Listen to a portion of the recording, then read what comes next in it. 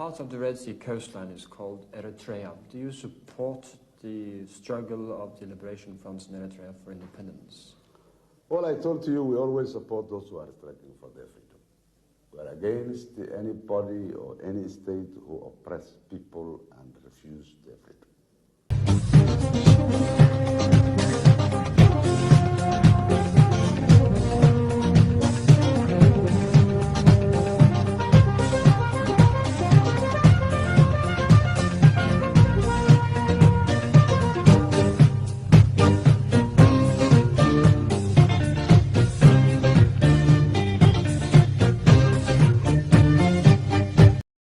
Eritrea triumphed alone. History can't be rewritten. Comments. When history threatens the comfort of power, the truth itself becomes the target. That is precisely what Eritrea faces today, a new wave of revisionism disguised as analysis, peddled by Abiy Ahmed's Prosperity Party, PP, activists and pseudo-intellectual circles such as Horn Review. Their latest distortion. The absurd claim that Eritrea's 30-year war of liberation was foreign-sponsored. It is not just false. It is morally repugnant. On October 18, Eritrea's Minister of Information, Minister Yemen Gebre Meskel, dismantled this lie with the clarity of history itself. Eritrea triumphed, alone against the mighty, he wrote, reminding the region that the liberation struggle was not the gift of outsiders, but the result of enormous, almost unthinkable sacrifice by Eritrea's own sons and daughters. For 3 decades, Eritreans resisted not one but 2 global power blocs, a US-backed emperor on one side, a Soviet-armed junta on the other. They endured bombings, famine, exile, and betrayal, and still prevailed. Few liberation movements in modern history fought against both sides of the Cold War and won. Eritrea did. The cost of truth. Minister Yemen's statement carried an even deeper message. Eritrea should never have had to pay such a price in the first place.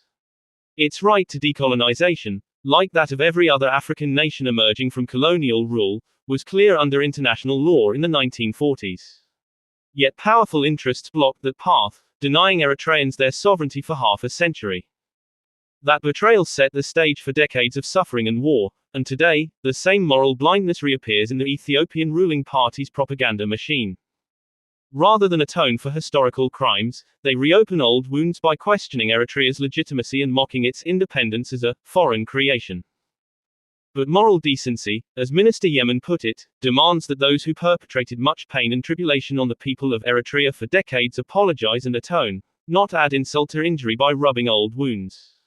Red Sea fantasies and historical amnesia. Just days earlier, on October 14, Mr. Berhane Gebrehiwet Solomon, Eritrea's charge d'affaires in Washington, cut through the latest Red Sea access hysteria with similar precision. It must be clearly stated that Ethiopia, since its inception as a country, has never, at any point in history, possessed sovereign access to the Red Sea. That single sentence buried the Abiy government's Red Sea ambition narrative for good. From Menelik II's imperial expansions to the Derg's bloody occupation, Ethiopia's temporary use of Eritrean ports was never sovereignty, it was occupation. The 1963 OAU principle of uti possidetis juris, the sanctity of colonial boundaries, codified this reality. The line between Eritrea and Ethiopia is not an emotional one. It is a legal and historical border recognized by international law and confirmed through war, diplomacy, and arbitration.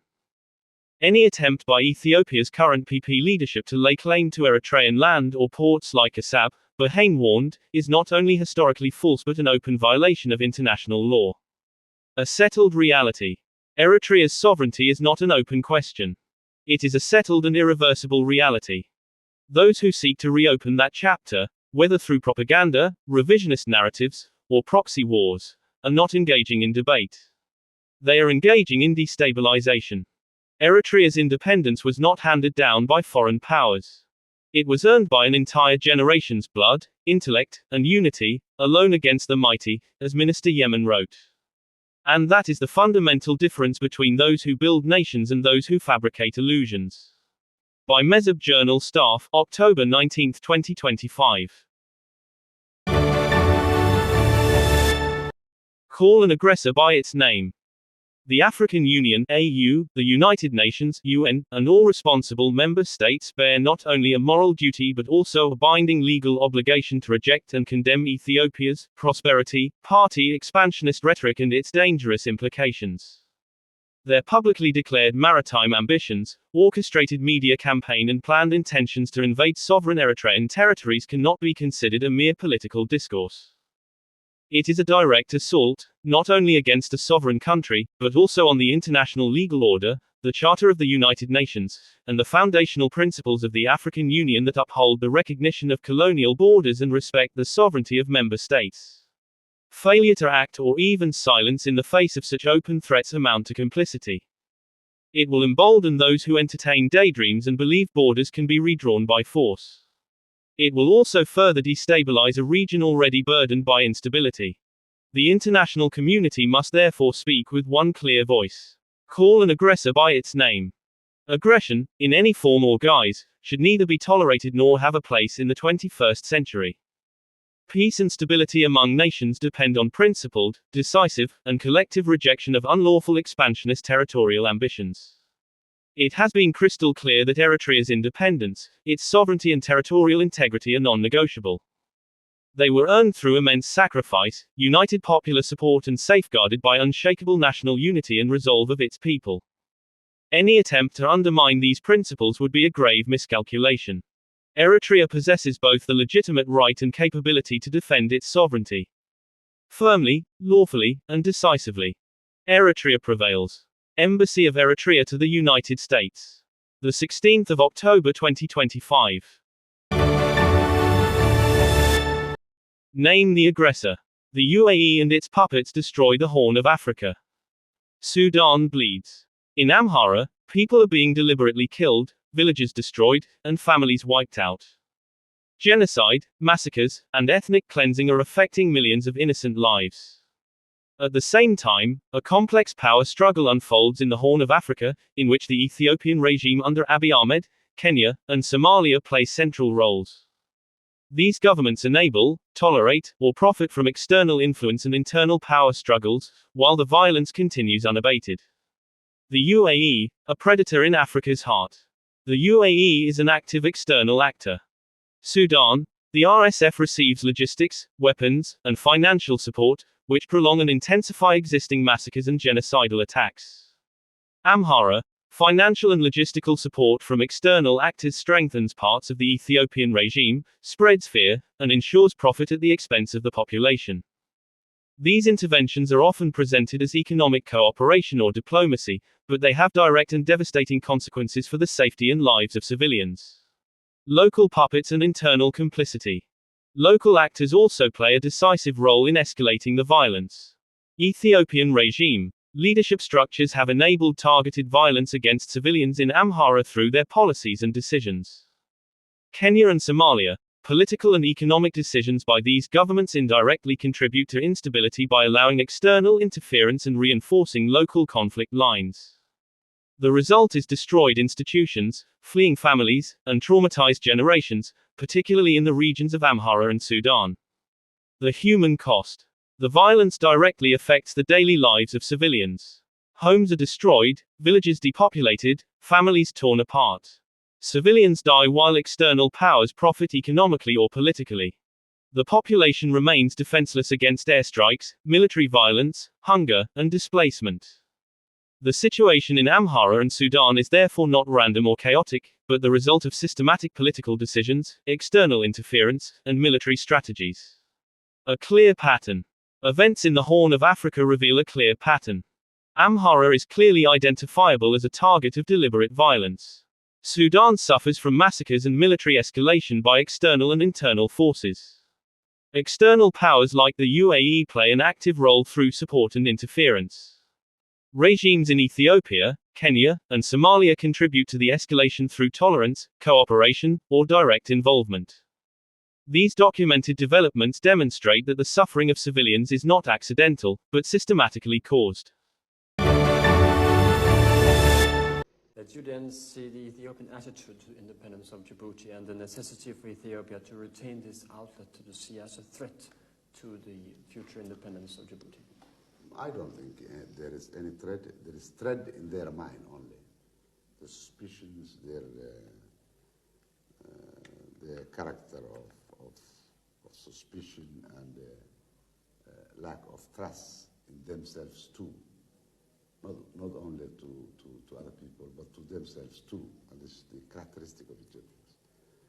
But there is no threat at all to Ethiopian interest, which is economical interest, as we know. We have always advised these political leaders of the country to not be less generous than the colonial power to Ethiopia. We have always said.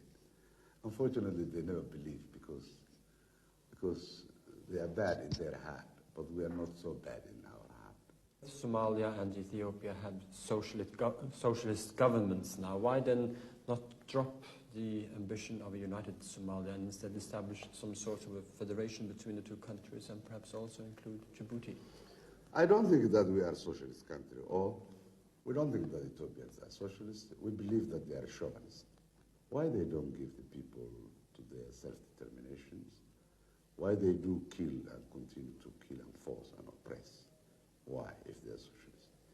So how can we believe that they are socialists? They can beat a flag of socialism, but with mentality and thinking of colonizing. It's a contradictions. They may be heading a kind of socialism, which they may become tomorrow, but today they are not socialists. Therefore, there is no agreement between us and colonizers. A part of the Red Sea coastline is called Eritrea. Do you support the struggle of the liberation fronts in Eritrea for independence? Well, I told you, we always support those who are struggling for their freedom.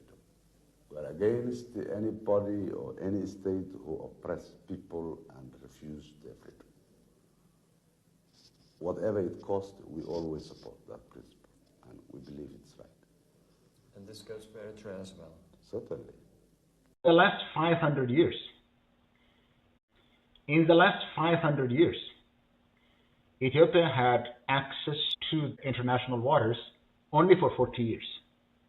When Eritrea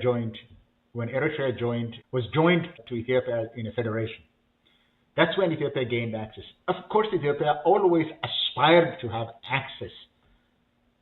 But it was the Turks, the Ottoman Turks that had it. It was the Italians that had it. But Ethiopia did not have access to. But the fact that Ethiopia, since medieval times, that Ethiopian leaders wanted access to the sea is not to be denied, but it's only in the last 40 years that in the 40 years between 1950 and 1990 that Ethiopia had Assab and Assawa as its own sovereign port. So Eritrea joined Ethiopia in a federation, and Ethiopia gained access to the sea. Eritrea won the war, obliterated the Ethiopian army in Eritrea, and chose independence in a legal way. Held a referendum, and it became a member of the United Nations, and Eritrea is another country right now. You can wail about it, you can decry it, you can talk about it, you can whine about it. It doesn't matter. Eritrea is a sovereign country. Eritrea is a sovereign country. If Ethiopians did not know this, let me make that clear, that Eritrea is a sovereign country. How are you going to get it? How are you going to take Assad away? By accusing عين حساد كيهلو زماي عين نسر اللو زحلو خاب سماي بترو موسى صغير حلفون دمجة قانون خنتو يفسسون دمجة قانون خنتو يفسسون